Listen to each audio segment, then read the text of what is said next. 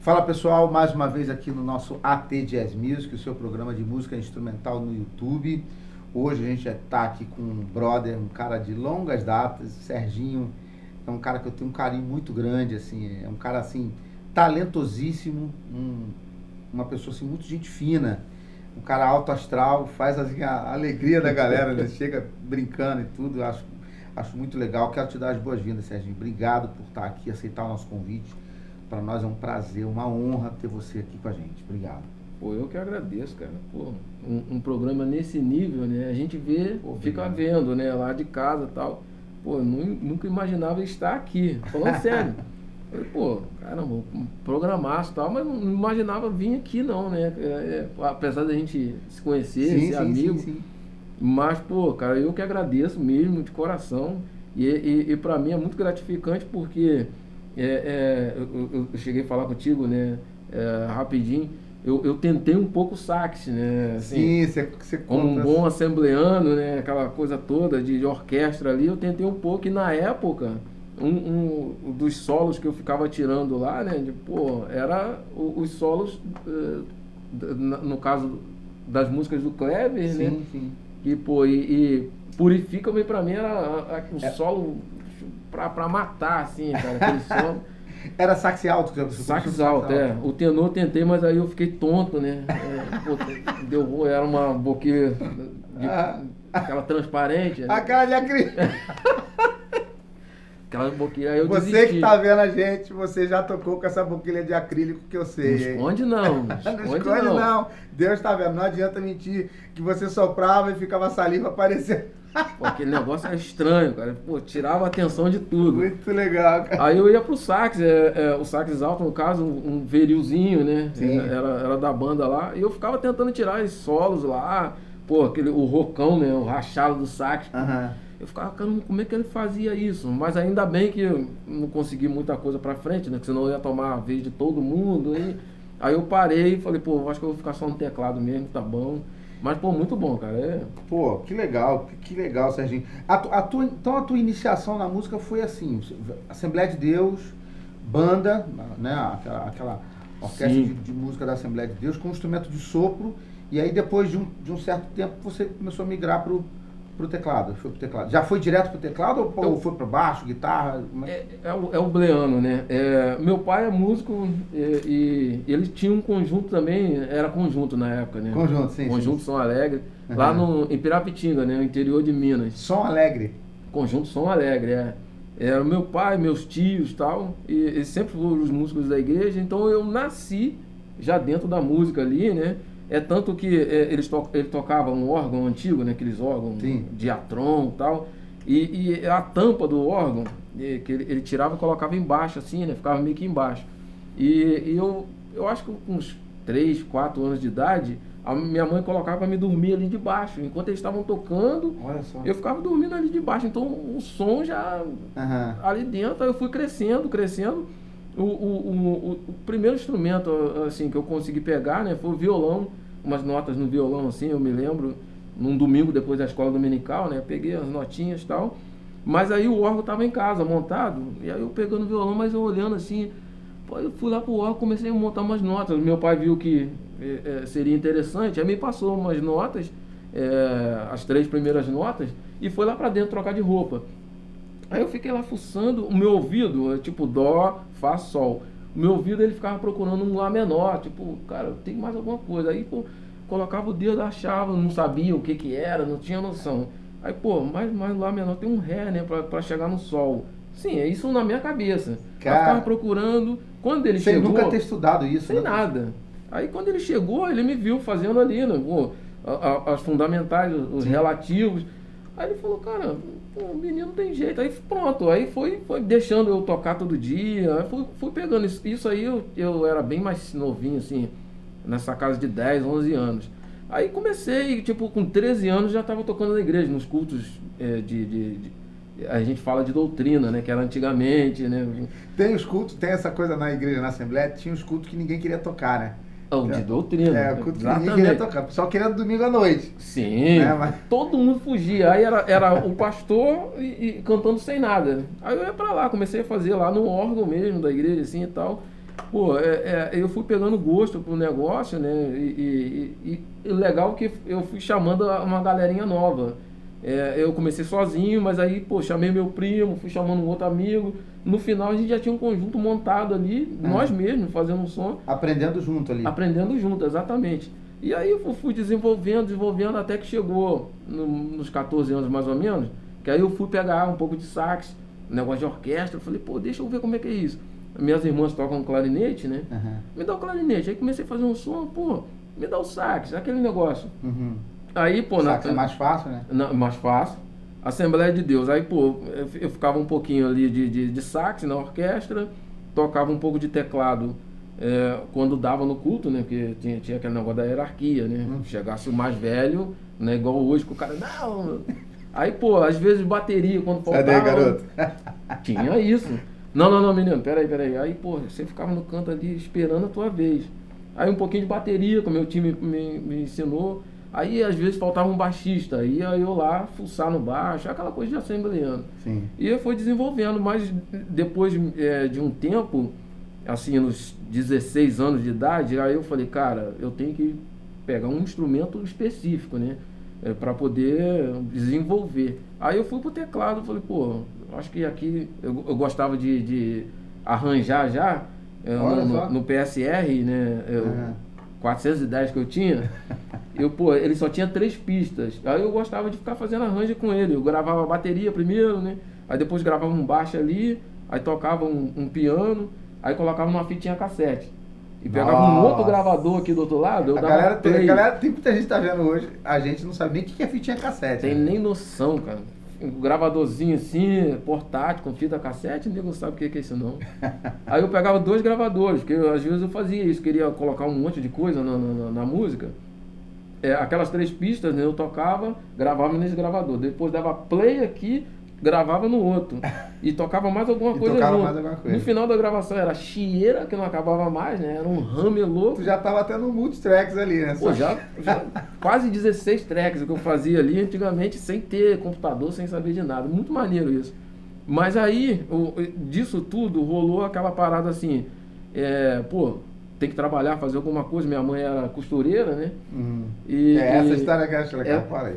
Pode ser. Pode, fala aí. Pô, aí minha mãe falou, pô, cara, tô precisando dar uma renovada nas coisas aqui. Acho que tem aquele negócio de estampa, né? De camisa. Aí, pô, meu tio morava no Rio já. Ele falou, não, eu sei aqui, tem um lugar aqui que faz um curso, né? Silk Screen, né? Na época, o nome.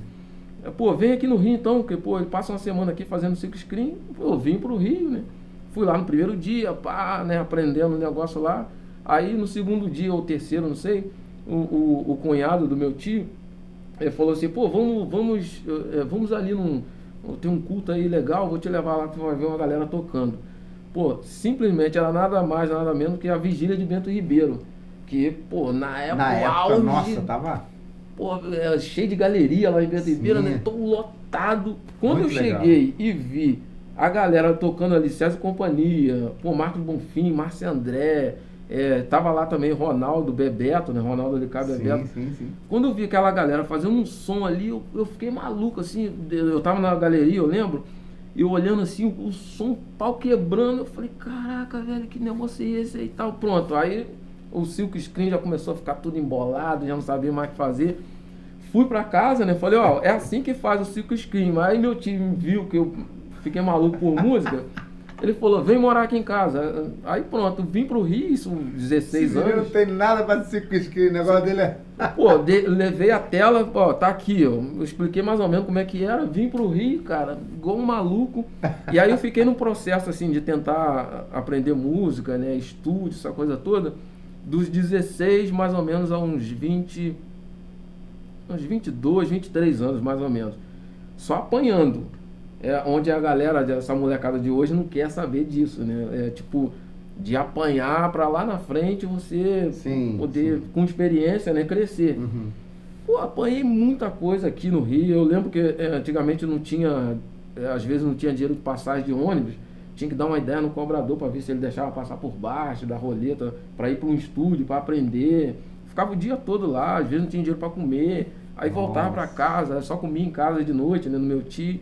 Mas, pô, cara, uma experiência muito boa, que eu fui aprendendo muita coisa, crescendo com aquilo, até que lá para nos 24 anos, aí foi quando eu comecei a conhecer uma galera, que foi o Valmir Bessa, Josué Lopes, ele tinha uma banda, Sim, Linha 2. Linha 2. Linha Com 2. Emerson Arce, Com né? Emerson Arce. Legal, turma boa demais. Pô, aí foi ali que, tipo, a coisa foi clarear pra mim, assim. Uhum. Que eu vi um instrumental, os caras, pô, muito legal. Aí o Valmir me convidou, vamos pra minha igreja. Uma outra coisa que eu gosto de sempre falar, hoje eu tô, graças a Deus, né, tocando com os maiores músicos, né, realizando todo o meu sonho com essa coisa de música. Que eu, lá atrás, eu sempre vivi na igreja, ali na igreja. Eu chegava na igreja, eu abria a igreja, montava os instrumentos todos, montava bateria, montava tudo, limpava, deixava tudo organizado para a galera chegar para tocar no culto. E muitas das você vezes era o cara que organizava para a galera chegar. Tudo. Ligava som, abria a janela, ligava a luz, fazia tudo. Aí muitas das vezes eu nem tocava direito, eu ficava ali, né, tipo, esperando a minha vez ali, terminava o culto, eu desmontava tudo, aí alguém me ajudava também, mas eu desmontava tudo, fechava a igreja, apagava a luz, pegava a chave, levava e entregava na casa do pastor. Isso era todo culto, todos os ensaios eu estava na igreja, sempre ali, igreja, onde eu ficava também estudando ali. O pastor sempre me deu apoio, né? Ele nunca reclamou, ficava estudando. Ou seja, eu estava plantando coisas que hoje eu estou colhendo, né? Muito legal isso. A gente faz muitas coisas hoje, caramba, que legal, o cara tá lá na frente, pô, lá tocando, mas não sabe que plantou lá atrás, né? Eu sempre falo isso com a galera de igreja ali, aqueles músicos que eu vejo que, tipo, às vezes você pede o cara para fazer um negócio, o cara fica de má vontade, não, isso aí não. Eu falo, cara, você não sabe o que você está perdendo, porque em vez de você plantar aqui, você está deixando de colher lá na frente umas coisas que poderiam ser muito bom, né? Sim. Isso para tudo. Graças a Deus, a gente viver de música no Brasil não é fácil, mas... Sim. Pô, graças a Deus eu consegui casar, ter meu filho, esposa, pô, minha casinha. A música tá te proporcionando isso tudo, né? Proporcionando tudo. E uma coisa que você plantou lá atrás, né? Exatamente. Cara, isso é muito legal. A gente não só ver isso, ou assim, conhecer isso teoricamente, mas viver isso na nossa vida, na prática. Isso é muito legal. Então, assim, eu fico muito feliz de ver você comentando sobre isso. A minha história também é muito assim, a gente desfruta de muita coisa que a gente plantou, as pessoas só veem o resultado, né? Mas não sabem o quanto você ralou, né? Então, assim, eu fico feliz, cara, de ver o que está acontecendo. Agora, sim, Serginho, eu queria, pra gente poder fechar, quais são as suas influências no piano ou no teclado? Você tem alguns caras assim, pô, esse cara aqui pra mim é o... E o que te chama mais atenção nesse cara? Tenho, cara. Ou nesses caras, né? O interessante que é o seguinte, por eu estar lá em Minas na época não era internet, não tinha nada disso, né? Sim. Era a época da fitinha e, pô, o que a gente conseguia era alguém que o meu tio, tipo, gravava aqui no Rio, alguma coisa assim, levava pra mim lá ouvir e a gente ficava deslumbrado.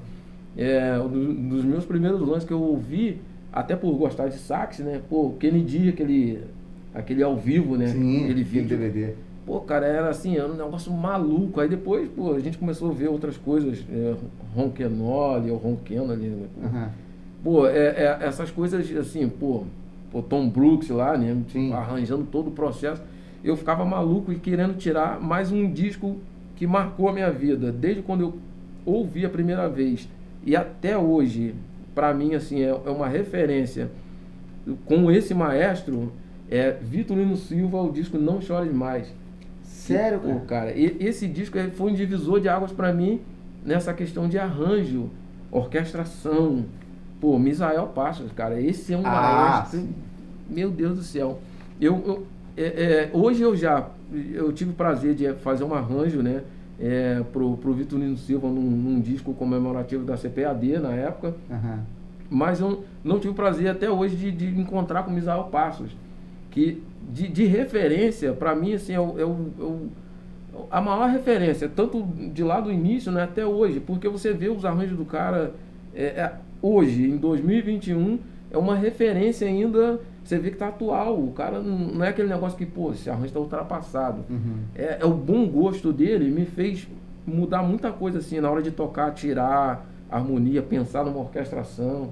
Que maneiro, cara. Esses caras, pô, César Camargo Mariano, Sim. meu Deus do céu, não tem nem o que Monstro. falar. Dos brasileiros aqui, o William Magalhães, pô, assim, eu sou dos caras das antigas, né? Sim, Eu vou buscando lá de trás. Esses músicos, assim como lá fora também, né? Do Kirkwall, meu Deus. George Duke. Falecido, né? Falecido, pô. Uma grande perda. Essa aí esses caras, pra tocar, pra mim, a questão da base, de uma harmonia ali perfeita pra carregar, pra mim esses caras são umas referências assim que eu não vou tirar nunca. Cara, fantástico as tuas referências. Você sente o cara dentro da base ali, que se qualquer coisa que se tirar ou mexer em alguma coisa, a música ela já fica meio capenga, assim, de tanto que o cara preenche ali tocando de uma forma. Esses caras, o Miles Davis, não é trompete. É o Bill Evans. Um outro cara também, assim, com umas harmonas no chão, aquela coisa de chão. E dos caras virtuosos, assim, que o Chick Corea que nos deixou recentemente, né? É um cara assim que, meu Deus do céu, eu vejo ele, o Herbie Hancock, né? Assim, nossa, como eles têm uma característica muito. Você ouviu você sabe que é aquele cara. Você sabe, sim, pode crer. Mas a construção dos solos, eu sempre me baseio muito o Chick Corea, assim, com aquela construção que entra meio latino, né? Tem um negócio meio latino. Eu sempre salsa, peguei né? uma salsa, né? Uma criação muito assim, que ele colocou dentro de um jazz, né? O Herbie Hancock, assim, pra mim, pra essa coisa, tanto de harmonia, mas quanto de virtuosismo de solo, é um caminho sem fim. O cara tá lá. O cara vai pra frente. Keith Jarrett, outro cara também que, pra mim, assim, esse aí, ele consegue tocar uma balada com o maior sentimento, com notas em semi-breve ali, dando uma nota que você fala, meu Deus, que doideira. E também quando ele resolve disparar, é 1000 notas por tempo. Eu sou muito fã. Né? Sabe assim, colocar as coisas. Tem mais gente, né? Mas esses caras, assim, é umas referências, assim, tanto da base do chão, né? Quanto do virtuosismo, que acho que não precisa o cara nem ficar procurando outras coisas, não. Pelo que você... As referências que você citou aqui, você que está nos ouvindo, pesquisa por esses nomes que ele falou aqui, desde Chick Corea, Herbie Hancock, enfim, vários outros aqui no Brasil, o César Camargo, o William Magalhães, né, o próprio Misael Passos, são referências fantásticas. Então você pode pesquisar, que eu tenho certeza que você vai ter aí uma escola à sua disposição para você estudar teclado, piano, improvisação, seja lá o que for, beleza? Serginho, quero te agradecer. Obrigado pelo... Falei demais, mas... Pelo carinho, não tem problema, não tem problema. A casa bom demais, fica à vontade.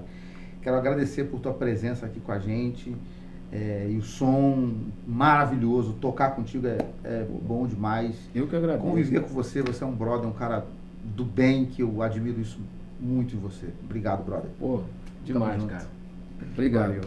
Valeu, gente. A AT Jazz Music é o seu programa de música instrumental no YouTube. Não se esqueça de compartilhar, de curtir, de se inscrever. Pega esse link e espalha para um montão de gente. Vamos espalhar o trabalho dessa turma aqui, o trabalho que a gente tem feito para fomentar boa música. E curta também o vídeo, porque é muito importante para a gente ter essa curtida, porque aí o YouTube espalha cada vez mais o nosso programa e os nossos vídeos. Valeu, um abraço.